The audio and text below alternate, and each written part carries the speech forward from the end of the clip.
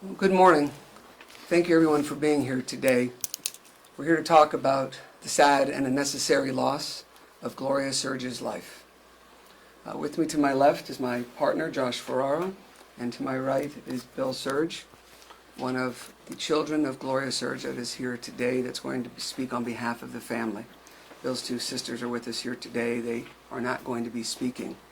So I'm going to speak for a few minutes, and then Bill Surge is going to speak. And then any questions about the case can be directed to me or to my partner, Josh Ferraro.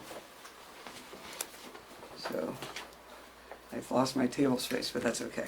Let's see here. All right. The facts of this case are clear. On February 20, 2023, Gloria Surge was walking her small dog, Trooper, in the backyard of her house. Without any warning, a large alligator leapt out of the retention pond behind her house, behind her backyard, and grabbed Gloria by her left foot, trying to drag her into the water. Amazingly, this was seen by one of Gloria's neighbors who tried to help. She told Gloria there was a small boat, and she tried to push the boat towards Gloria as Gloria's head was coming out of the water, gasping for air. And in the last statements, the last words that Gloria spoke on this earth, she told her friend and neighbor she can't make it, the alligator has her, and she was pulled under the water, where she died a horrible and unnecessary death. Sadly, our firm has encountered this type of situation in the past. Our investigation has revealed that Spanish Lakes, the community where Gloria lived, is 100% responsible for this incident, and this incident was 100% preventable. I'd like to speak with you about some of the things, some of the facts that our investigation revealed.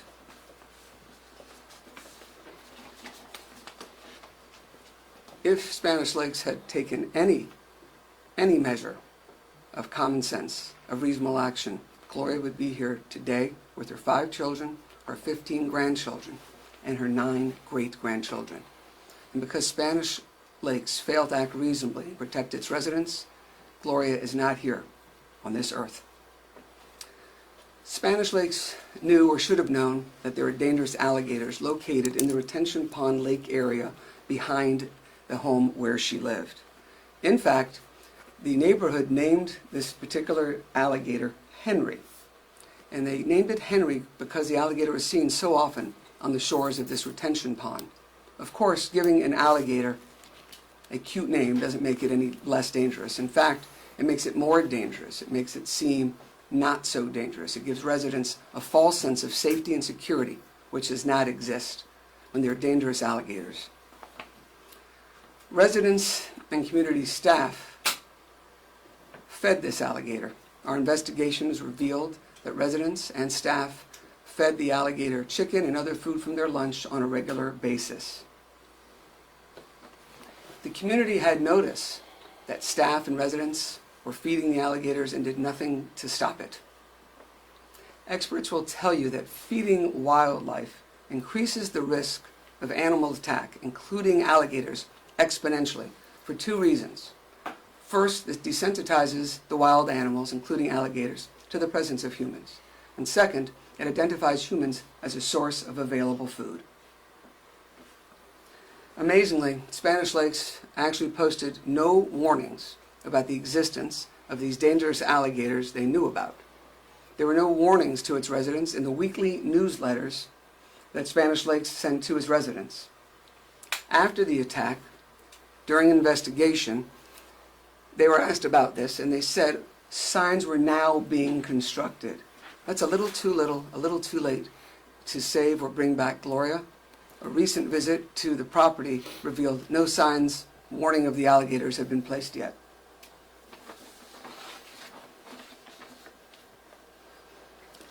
Not only did Spanish Lakes fail to warn its residents about the dangerous alligators that they knew existed, they actively encouraged their residents to socialize by the retention pond.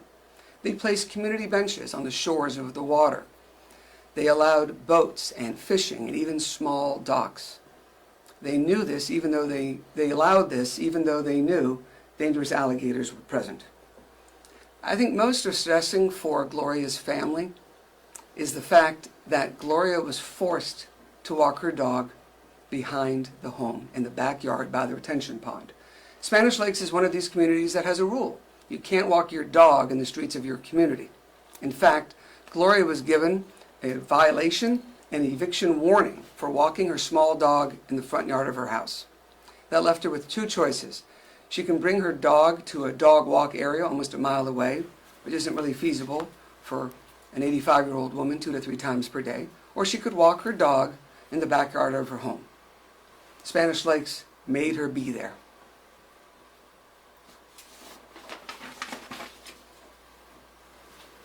Now, all of this could have been prevented. This loss of Gloria's life could have been prevented with warnings, notice to its residents, any measure of safety. What's really amazing is that Spanish Lakes knew of the existence of these dangerous alligators and did nothing about it. They failed to utilize a public resource offered by the Florida Fish and Wildlife Conservation Commission, which allows for the removal of dangerous alligators if the alligator is more than 4 feet long and could pose a potential risk to humans. Clearly, the alligator that took Gloria's life met this definition. With one simple phone call, Spanish Lakes could have had this alligator identified, trapped, and removed, and Gloria would still be here. They knew about these dangerous alligators, and they failed to do so. Spanish Lakes encouraged activity at the retention pond. They knew about the dangerous alligators and failed to warn their residents. They knew about these dangerous alligators and failed to have them removed with a phone call. Our firm filed a lawsuit today on behalf of Gloria Surge's family to hold Spanish Lakes responsible and to make sure that we don't have another preventable and sad loss of life like happened with Gloria Surge. Ready? 1 year ago, I received a phone call that every son dreads. My mother, Gloria, a healthy and strong, vibrant and beautiful woman, was dead. I was told there had been an event and law enforcement was on the scene, but I never could have imagined the agonizing way in which my mom spent the final moments of her life. Over the next minutes and hours, I learned that my mom, who in her 85th year, who could not swim, was grabbed by a 10-foot, 700-pound alligator and dragged into the water, where she drowned in the most violent and terrifying way possible. I'm here today to speak on behalf of my family, but more importantly, to be a voice for my mom. Because this could have been prevented, this should never have happened, and God willing, it will never happen again. In the weeks following my mom's death, I was completely lost, as I simply could not come to grips with what really had happened. Certainly every child will someday have to confront the reality of their parents' death. And we had done that a few years prior with the passing of my dad. But the sudden and violent nature of this attack, thinking about my mom in her final moments, resulted in a whole different level of all-consuming grief. For days after we received that initial phone call, we were inundated with questions from reporters and entertainment shows who sought to tell my mom's story. And while we all appreciated the fact that they cared, it also meant that we were forced to relive that terrible day over and over again. It's now been nearly a year, and I am sad to say that the reality of losing our mom is really starting to set in. She's missed the birth of 3 additional great-grandchildren. This coming year, there are 2 family weddings that are planned. and Mom won't be there with us. But it's not really those big events that matter the most. My mom spoke with my sisters every single day, just to chit-chat and to pass some time. I would FaceTime with my mom numerous times a week, but especially on Friday evenings when she had her weekly pizza party with her friends. We'd FaceTime just to see how it went and how delicious her pizza was. She loved pizza, and she was one of those people who could eat it every day. She was just simply a part of our everyday life. And missing this, knowing that it was completely unnecessary, that's what truly hurts the most. Our goal in being here today and in bringing this lawsuit against Spanish Lakes is very simple. No one should ever experience what my mom had to endure that day. And no child should have to bury their mom under such horrible circumstances. This was a tragedy that was 100% preventable. So I stand here today on behalf of my mom to share her story in the hope that this will never happen again.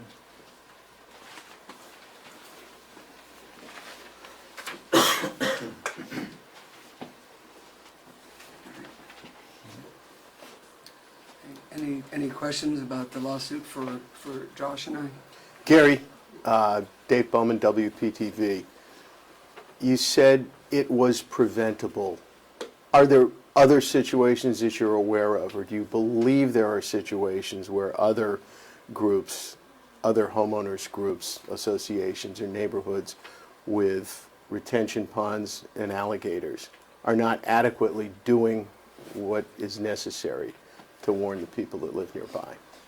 Well, that's the really good thing, is that Florida and the FWC has put in place something called the SNAP program, the statewide nuisance alligator program, which simply says that if there's an alligator that residents or community members or property managers see that's at least 4 feet long and that poses any sort of risk, all that has to be done is a simple phone call to a hotline.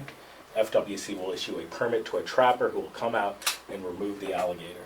So there's simply no reason for other homeowners associations to neglect the way that this homeowners association simply couldn't do anything. Just a follow-up to that, does the law specifically hold homeowners associations in neighborhoods responsible for this? Is there anything written in state law that says they have to be responsible? Absolutely. You know, a property owner, a manager, and a controller of property owes certain non-delegable duties to its residents and to the people on its property. That non-delegable duty is to act with reasonable care to prevent foreseeable harm. What did they do here to prevent this foreseeable harm? They knew that there was a danger. They knew that there were alligators that were 10 feet large. All they had to do was make a phone call. They didn't do that.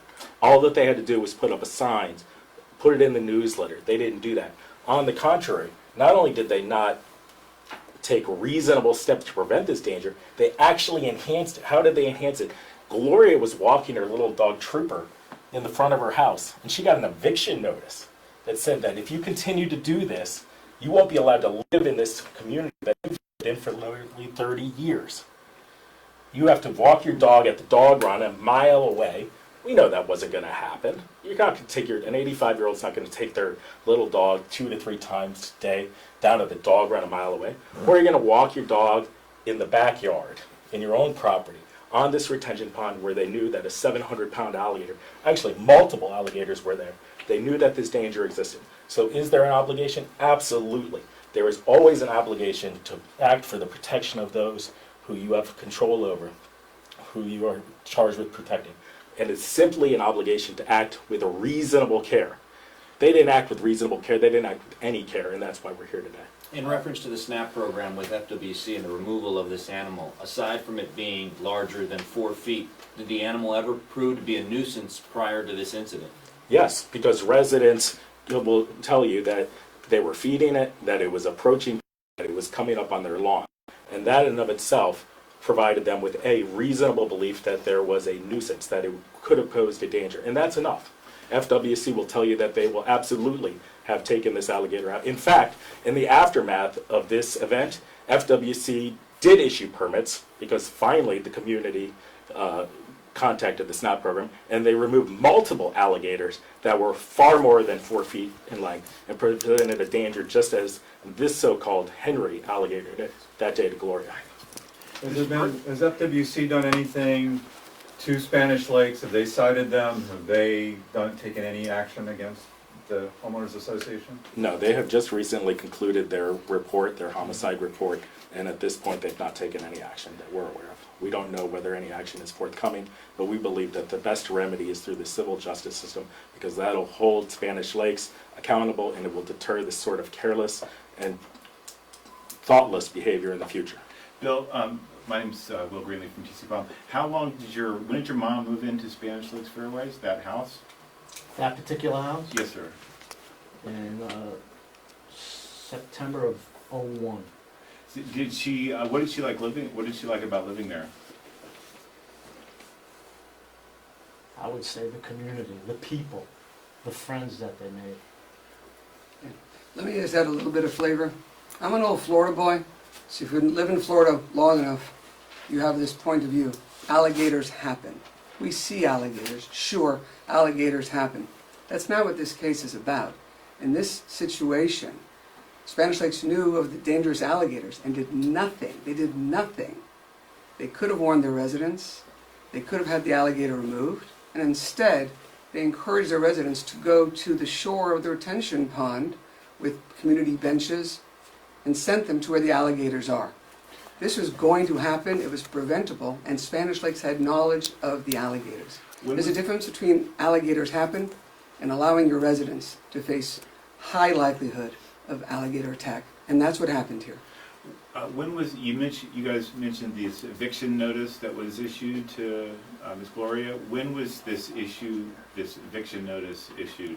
The first one was issued approximately 2 years before this attack, and at that point, she continued to walk on the street until they came to her and told her that they were going to take further action. And at that point, she started walking in the backyard. How could she be evicted from a home that she owns? That's a great question. So the way that Spanish Lakes, this particular develop, is structured is that homeowners own the actual home, but the community, the development owns the land underneath it, so they're paying rent on the property that they own, and they also own the common areas. So she could be evicted in that regard. And frankly, she had been in this home for just about 21 years, but she'd been in the community for nearly 30 years. This is where she lived with her husband ever since she came to Florida. This is all she knew. Being evicted wasn't really an option for this 85. How much are you seeking, like monetary damages from the HOA, and if so, how much?